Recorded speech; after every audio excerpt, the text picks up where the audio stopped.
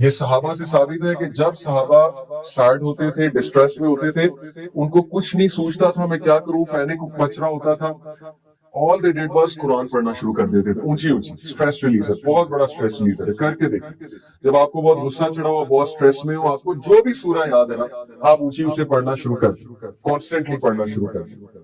You will سی کہ ایسا غصہ کام ہوگا، ایسا آپ بیٹھیں گے جس طرح سمندر کی جاگ اچانک نہیں بیٹھ جاتی، لٹرلی آپ اس طرح بیٹھیں گے، آپ اس سکون میں آ جائیں گے. تو قرآن کو اونچی اونچی پڑھنا، قرآن کی ریسیٹیشن کرنا، قرآن کی ریسیٹیشن سیکھنا تجوید کے ساتھ، مختلف ریسیٹیشن. قرآن ویژولائزیشن ایک یوٹیوب کا چینل ہے، go at it, beautiful recitation along with visualization. تو میں نے آپ کو 2 ٹاسک دیے، قرآن ویژولائزیشن چینل کو ایکسپلور کریں اور 8D قرآن تلاوت کو ایکسپلور کریں. A man asked one of the Salaf, how much Quran should we read? ایک بندے نے ایک بزرگ سے پوچھا کتنا قرآن پڑھنا چاہیے. He replied, equivalent to the amount of happiness you are looking for. جتنی تجھے ہیپینس چاہیے اتنا قرآن پڑھ، جس کو زیادہ چاہیے وہ زیادہ پڑھ. بہت خوبصورت بات. تو بہرحال یہ ہم سب میں کمی ہے، قرآن کی ریسیٹیشن ہماری روٹین میں شامل نہیں ہے.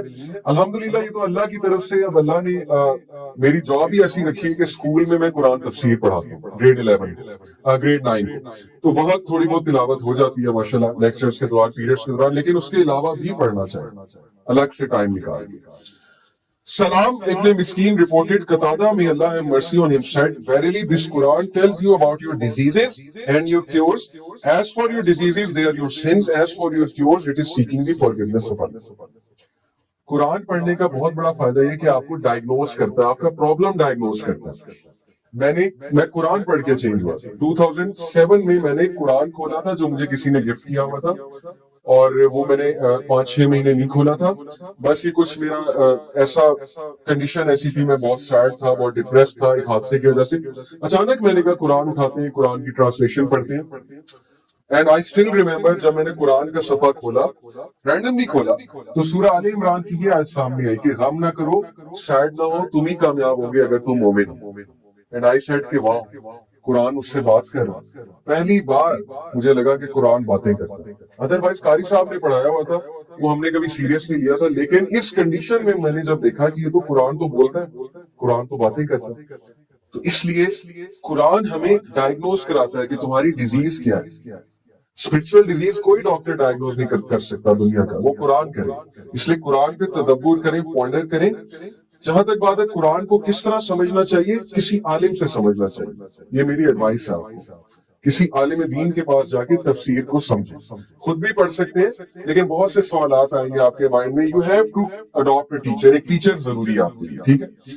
So as for your clothes, it is seeking the forgiveness of Allah. تو پہلا میں نے آپ کو سلوشن بتایا ایمان بڑھانے کا کہ قرآن سے رابطہ رکھیں، قرآن کے قریب جائیں، مسجد میں نماز پڑھنے جائیں، نماز کے بعد کچھ دیر بیٹھ کے قرآن کی تلاوت کریں. You will see miraculously آپ کا ایمان بڑھ جاتا ہے. اور خواتین کے لیے بھی یہی ہے کہ جائے نماز پر بیٹھ کر، مصلی کی جگہ پر بیٹھ کے قرآن 10 آیتیں پڑھیں چاہے دن میں. اگر آپ نہیں پڑھ سکتے زیادہ، 10 آیتیں کافی. Number 2، very practical, being with people of ایمان. اگر آپ چاہتے ہیں آپ کا ایمان بڑھے تو ایمان والوں کے پاس بیٹھیں، ایسے لوگ کے پاس بیٹھیں جو ایمان والے ہیں، جو آپ کا ایمان بڑھائیں گے. اور ایسے بہت سے لوگ ہوتے ہیں. یقین کریں کہ میں ایک سٹی سے دوسری سٹی جاتا تھا، یہ تعریف میں کوئی نہیں اپنی کر رہا، یہ اللہ کی توفیق ہے. 2010 کی بات ہے کہ میں ایک اسکالر سے، انس نظر بھائی جو میرے بہت پیارے استاد بھی ہیں، قرآن میں نے ان سے پڑھا ہے، بہت کچھ سیکھا ہے میں نے ان سے. وہ ان کا چہرہ دیکھ کے آپ کو اتنا ایمان فیل ہوگا. کچھ لوگ کی انرجی اتنی پازیٹیو ہوتی ہے کہ آپ ان کے پاس بیٹھتے ہیں، جیسے صحابہ کہتے تھے نا کہ یا رسول اللہ ہم آپ کے درمیان ہوتے ہیں تو ہم فیل کرتے ہیں کہ ہم بہت ہائی ایمان پہ، ہم سے گناہ ہی نہیں ہوگا، لیکن جیسے ہی ہم آپ سے اٹھ کے جاتے ہیں تو ہم سے گناہ ہو جاتا. تو پروفیٹ صلی اللہ علیہ وسلم مسکرائے، انہوں نے کہا کہ اگر تمہاری ایمانی کیفیت ایک ہی رہتی تو فرشتے تم سے مصافحہ کرتے. تم فرشتے تو نہیں ہو نا، گناہ ہو جاتا ہے. تو میں ان سے ہر ویکینڈ پہ، آلموسٹ ہر ویکینڈ پہ ملنے کے لیے فیصل آباد سے لاہور آتا ہوں. تب میں فیصل آباد رہتا تھا. Why? Because وہ ایک اٹریکشن کھینچ کر لاتی ہے. ان کے پاس بیٹھنا، ان سے گفتگو کرنا، ان کی کمپنی میں بیٹھ کے ایمان فیل ہو جاتا ہے. So Muaz once said, a sahabi to another companion, sit with us, let us become a believer for a while. کہ آئے ہمارے پاس بیٹھے، ہم مستفید ہوں آپ سے، ہم آپ سے ایمان لیں. تو ظاہر ہے کہ جب بیڈ کمپنی ہوگی تو ایمان ول ڈائی آؤٹ. میں آپ کو پریویس لیکچر میں بتایا کہ bad company will snatch away your ایمان. It will eat away your good deeds, it will eat away your ایمان. اس لیے اپنی کمپنی پلیز دیکھ لیں, اپنے پاؤں پہ کلہاڑا نہ ماریں, اچھے لوگوں میں بیٹھیں, اچھی کمپنی میں بیٹھیں, اللہ والوں میں بیٹھیں جو آپ کا ایمان بوسٹ کرے, بچائے کہ آپ میں ڈاؤٹس کریٹ کریں. آئی نو مینی یوتھ جو یونیورسٹیز میں ہیں, they are confused about Islam.